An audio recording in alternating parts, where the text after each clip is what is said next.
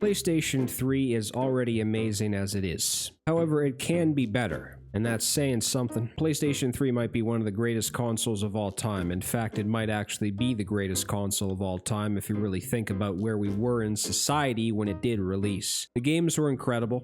The online experience was amazing. It was just kind of something where if you owned one, especially early on in the generation where it was the original 60 gigabyte one, even 20 gigabyte, it was just a very rare thing at one point because there wasn't that many in certain places of planet Earth when it first released. And that's one thing that made it so special, is that it was kind of rare at first. It was something where if you just went out in public and you were like, oh, I have a PlayStation 3, they were like, oh, that'd probably be something that if you talked to the wrong person or something, they probably wouldn't care much. But if you talked to a person that really did care about that, they would definitely look at you like you were some special creature or something. I remember back in this generation too that I was almost ashamed at one point to admit that I had a PlayStation 3 because, well, everybody had an Xbox 360 at the time. It'd be like if you put your pet goldfish in a bag of milk.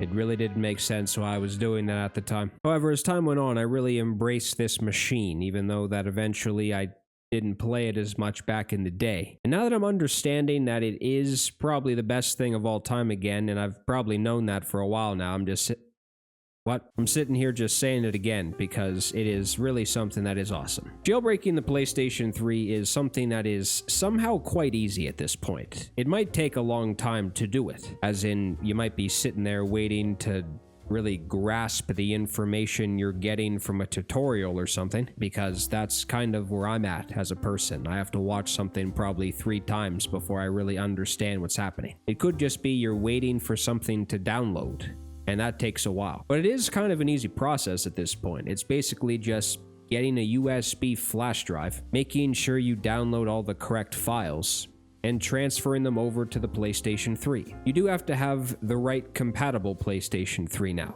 or you always did. Don't say now, say the damn right one. You can have a PlayStation 3 original one. Every model of the 60 gigabyte PlayStation 3, the most beautiful console of all time, will be able to be jailbreaked, if that sentence makes sense. I'm not starting it again. PlayStation 3 Slim, the original Slim, not the Super Slim, the actual first Slim that released, is probably the best one to jailbreak in my opinion, because you don't have to worry about ruining the original one if you own one. That one should just be left on a shelf at this point, just in some museum, where you don't have to worry about touching it ever again, because it's that amazing. You can get some longevity out of the PlayStation 3 Slim, because you might not have to worry about it ever just breaking down like the original one seemed to. At certain points, it would just break right on the spot. It would just almost explode in your room at times. It was very scary to use once you understood that it may not have been the most reliable thing. And the PlayStation 3 Super Slims, you can't get any custom firmware at all, at least where the hell this stands now, because if it does happen, and I said this, then this is just proof that I'm an idiot. You do need the right firmware for this as well. I actually had to re-jailbreak my PlayStation 3, if that's a thing, because I don't know if I did something that was just wrong, or if I just thought there was something wrong when there wasn't, and I don't know. I feel like I did something wrong. To go easy on myself, it was the first time I've ever done something like this. It was the first console I've ever jailbroken. So if I did mess up or did something that was just not the best thing to do, then sure, do it better next time, is what I was telling myself. So that's what I did. You can't actually unjailbreak it, I think. I think that's what I did. I didn't just go through the whole method again while it was still jailbroken. I don't even know if that's possible. This was on 4.89, I believe the firmware was, and then now it's on 4.91, which is fine, because at this point where this stands, this is the most current firmware you can use where you can jailbreak it. And the best thing about this too is I don't have to worry about taking the console apart, because are you kidding me? Hello? I barely open the refrigerator in the morning without breaking the door off.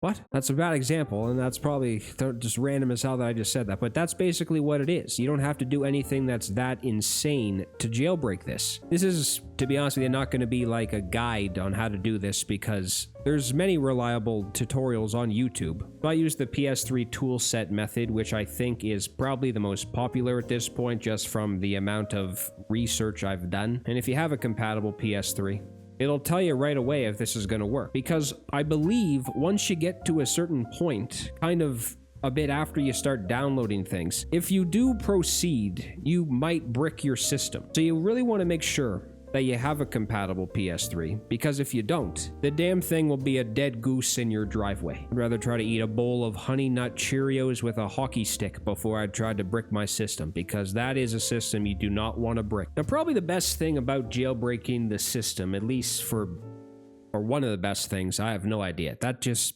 might be different. It might depend on what you're looking for jailbreaking a system. But one of the best things is you're able to back up your games. You're able to actually go into this and be able to put your PS3 and PS2 even. You're able to put the games on the hard drive without having to worry about using the actual disc ever again. And that is amazing, because for someone like me who just has a bunch of... well, there's games everywhere in this room. There's a lot of them on the shelf, and I'm very paranoid about how they are put on the shelf. Like, if they're not completely centered on the shelf, I act weird. Now, you need a backup manager for this, a good one. You want to be able to actually pull this off. I use Multiman because I feel like that's just a good one. It looks nice for one. That's just something that's a personal preference thing as well. This was something that I really didn't understand at first. Like, I kind of went into this just completely useless and unknowledged of anything the first time I did this. It was very unfortunate. I was lucky to even pull it off. I don't think I did it right again. It is something that I'm starting to understand more. Like, at first, I didn't really understand how to do this. Like, even watching the tutorials, I was very confused. The PS3 way is kind of easy. Getting the PlayStation 2 games on the PlayStation 3, even the PlayStation 3 Slim, which doesn't even originally play PS2 games, you can play PS2 games on it when you jailbreak it. You can even download ISO images and put them on the PS3 that way.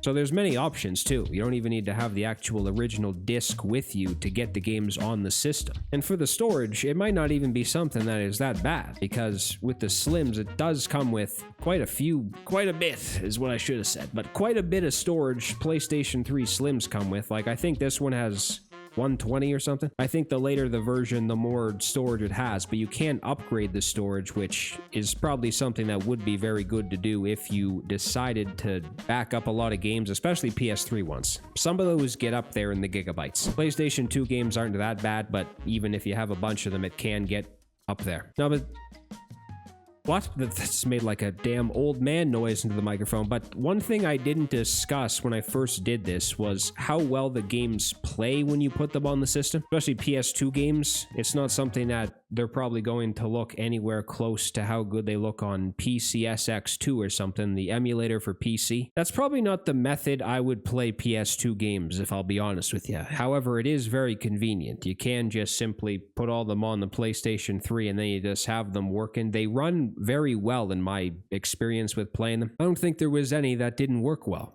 If you have an ISO image especially, sometimes you might get like some damn corrupted file or just one that doesn't work the best. I've had a couple of those. Sometimes you can't even get past like the home screen. You can even get PS1 games on this too. I don't think I said that. Probably should have said it. I think if you walked into a gas station and asked them where the bare ass cream was, it'd make more sense than this guy talking right now, but here I am. There's some damn psycho outside shoveling the driveway. It is late. That might actually be the creepy guy across the street who always stares at me and doesn't wave. This guy might have a damn cheese factory in his basement. Very scary. Where was I? Talking about cheese. But it's not bad. They actually work well. It's basically just what a PS2 game would look like if you just played it without the upgraded visuals and frame rates on an emulator or something. Okay, so there is probably way too many applications or just apps. I don't know if they're must needed, but they're definitely good ones to have. The good thing about this is there's a lot of things I didn't even know that some of these existed, so that's one good thing. The next good thing is when you don't know something exists and you do realize that it does exist at some time, then you like it more. So here I am, understanding that things are existing on this now. I was basically oblivious, and I still am, but it's just I'm probably less oblivious than I once was, which is good. It's always good in life to learn things, especially when they're things that make you feel happy inside, right? Like, you don't want to learn things that are very depressing. You want to learn things that put a smile on your face. First application that I didn't even know existed, and I finally figured it out that it does exist, is Artemis PS3. This is basically an application that lets you download cheats for games. So basically like old school PS2 cheat codes. Remember when you went to wherever the hell you got them from, you bought the book? This is kind of what this is. It just gives you a very large list. I don't even know if this is every damn game that's ever been made for PS3 or something. It might be close if it isn't. There is endless amounts of games on this. It is weird how many games there is on this. It's not really weird, actually, because it would only make sense if there was. I'm not the type of person who likes to just go into something and then just gets everything done quickly. I kind of want everything to last as long as possible. I don't want to ruin the experience for anything related to this. However, if I did use this, I probably would for games like Dead Rising or something, where it's not something where I really care too much about in terms of the single player story. Now, another good app, which I actually probably maybe sometimes use, if that makes sense, I might use it sometimes, is Apollo's Save Tool. This app rules. Like, it does seem like it's very cool, and it would be something maybe worth using. Again, it probably, or I don't know, maybe if you finished a game or something way back in the day and you don't want to go through the whole process of playing it again. So this application basically just gives you very specific game save files, as in you could just get 100% on Red Dead or something, or just another game. You can just basically go into it with everything done. I think you could also even maybe put your own save file datas in. So if you wanted to play a specific game at a certain time in that game or something, then you could probably just get your own save file somewhere. I have no idea where the hell you would even get that. I ran into a problem. You know, some things can be awesome and some things can also be awesome, but they can also not work. That's a thing. It can happen, and unfortunately, that is exactly what is the case in this scenario. So the two most recent applications I was just talking about was Apollo's Save Tool and Artemis PS3. Artemis PS3 is the cheat code app, so you just download cheats for games. It's kind of like old school PS2, and that's kind of the one that, not kind of, it did not work. However, I don't care. I'm just all over the place. Every time I do this, it's like 2 days ago, last time I talked about this, I don't even remember what the hell happened. My mouth is very watery right now. I just had sun chips, and now that's the last thing you should do before you start talking a lot is eating, because you'll start salivating everywhere. I feel like an alligator that just got a root canal. I tried a couple of games. It was not working for any of them. In fact, I didn't even see anything that was related to anything that was giving me the impression that it was going to work at all. However, Apollo's Save Tool is awesome. This is really cool in my opinion. I'm probably going to use this for a couple of games. I think I said I might not use this one either a lot, but I might actually, because there are some games that this would be really cool to use on. I did this for Skate 1. I did this for Red Dead Redemption 1 as well. Skate was the perfect game to do this with. The single player is amazing, and I will probably run back to do this any day of the week, no matter when it is. However, it's a very fun game to go into and just screw around in. You can just go into it with everything unlocked. You have all the clothing, you have the skateboard decks, you have everything you need. And then that just makes the game even more awesome. Like, that's a game you could just simply play for hours, not even do anything related to any single player story or anything, and have the best time you've ever had in your life. Red Dead Redemption is, I guess, probably a game that was a bad example, because this is a perfect game to really just play from the beginning to end and not really do anything where you just kind of move up in the system. I wouldn't personally use this for a game like this. I just wanted to see if it would work, because, I mean, if only one game works, then I can't really make up in my mind that this is just an application that works well. So it was basically just to see that. You can't actually get your own save files. I think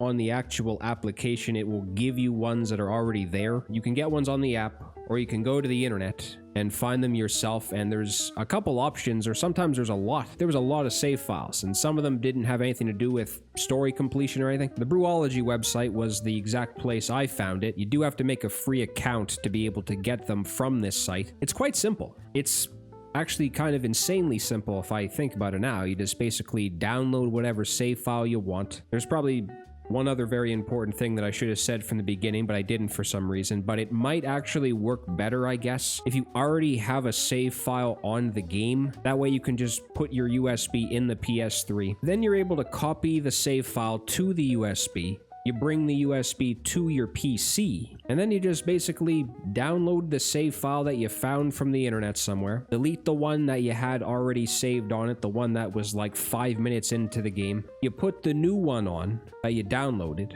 and then you just go back to the PS3 and then just copy some save files over. Copy them to the hard drive, I should say. And once you do that, it's kind of just there. But it's nice that this was working. I wanted to actually try this myself because I didn't want to just read this on the internet or something and then, yeah, it might work, but I wanted to actually go into it myself and see if it did, just to see if I could actually pull it off myself, and somehow I did it. This is something that usually would go wrong for me, and I would just be sitting there very angry at night over. Anyway, back to kind of whatever the hell I was talking about before. Whatever it was. This app is cool, I will say. I don't know how much I'll use it again, but it's something where if I go into it and I realize, I'm just trying to think of games where it'd be good for, and if I think of one, I'll say it, but I'm probably not going to, so I should probably just shut up and move on. If I do see a game that this is worth using in, as in just, yeah, nice. The Ultimate Toolbox is a very convenient application. It's not something where you get to really do anything insane. Almost just a convenience thing. Just something where everything that you might want to do is just in one spot, so you can just get to it from the cross media bar. You don't have to go to anything else to try and get to something. You can even get like themes and wallpapers, I think. I was just browsing through them. However, I have no idea what is going on with some of them because I tried to open up some of them and then it would just be a black screen. I'm just like, okay, I may have bricked my PlayStation. I did not brick my PlayStation, luckily. Some of them might not work, some of them might. I didn't try to open up a bunch or anything, but that was just an option. If you're somebody that loves to save time, this is probably perfect for you. I think it works pretty well for that RetroArch app as well. When you actually, is that even how you pronounce it? I have no damn idea. Once you have the ROMs you need for whatever you need, Game Boy Color, even Genesis, Super Nintendo, once you have everything you want, you open up the RetroArch app, and you just find it within the application, just loads right up. I didn't even need the BIOS. I don't know if that was necessary. It might be necessary. Finding the BIOS for some consoles is a little bit of a nightmare sometimes. I don't even know what the hell's going on, but thank God he didn't need them. This was something I didn't do at first either. I was just basically trying to back up all my games, and that was the main appeal to me. And then once I actually found out you can do more things that are very interesting, it makes this a lot better. Now, there's probably way more applications you can get. I mean, there's a whole website where you can just view the amount of homebrew apps you can get. It's so confusing doing some of these things. Like, it's really weird. Sometimes you just looking at my screen, just like, why didn't they teach me things like this in school? I'm still sitting here trying to find out the value of X. So some of them are just unnecessary if you have some that already work well, but some of them are just cool. They don't really need to be anything other than that. Some of the ones I mentioned, I thought those were some of the coolest ones. This was something I didn't know at first either. It was just, I was unaware. I was unaware of how many applications you could download. I was just excited that I was even able to pull this off. And then going back and doing this again, and now seeing that there's so many other applications I can get that can do equally as cool things. I've said cool too many times in this. Shut up. It is nice to be able to get applications like this and for them to work, because some of them don't. I'm sure you can get some of them to work that might not work if someone says they don't work, like Artemis PS3. I was kind of hoping it would work just to see if it does. If you find the amount of applications you want, again, this is all based on just personal preference, what you're looking to do with a jailbroken PS3. That's it. You might not need the applications I'm talking about. You might not want them. You just might want to back up your games. Maybe you just want to be able to use cheat codes on games, or just be able to go into some games again and go to a specific spot in them where you don't have to play the game for hours to get to that point. There's many options for what you can do with a jailbroken PS3. It really does feel like the PlayStation 3, if it wasn't already, which it is, it's already the perfect console, because there's so many good things about it. The games are amazing. There's nothing I can say that's really bad about the games. It was really the greatest generation for games, in my opinion. There was so many things to do on it, and doing something like this already turned something that is perfect into something that is more perfect. This would be like if you went outside and saw somebody's leaf blower singing the opera. There's just a set few things in life that really are as perfect as this, and to be able to make it more perfect is almost wrong to do. It's very, very strange. I can just go back and play games that I once loved, like Tony Hawk. I don't even remember. There's so many games I was playing, I just can't really think of them right now because there was so many, and I'm not gonna sit here and think because it'll hurt my brain, and I'm not doing that right now. However, a PlayStation Jailbroken 3, I was gonna say. Whatever the hell year it is, because it's almost 2025. So if I say 2024, and you see this in 2025, you're gonna be like, shut the hell up, we're now in the future. So it doesn't matter what year it is. I like everything that happened. I was able to go back and learn things that I didn't know when I first jailbroke a PS3. And that's what life is. It's learning things you don't know, or just you might know and you want to get better knowing about it. That's basically it. I can't say anything else other than this is 100% worth doing if you have a PlayStation 3 that is compatible. And even if it isn't, it's still worth playing. Not even jailbroken, just the original PS3 without anything on it. Okay.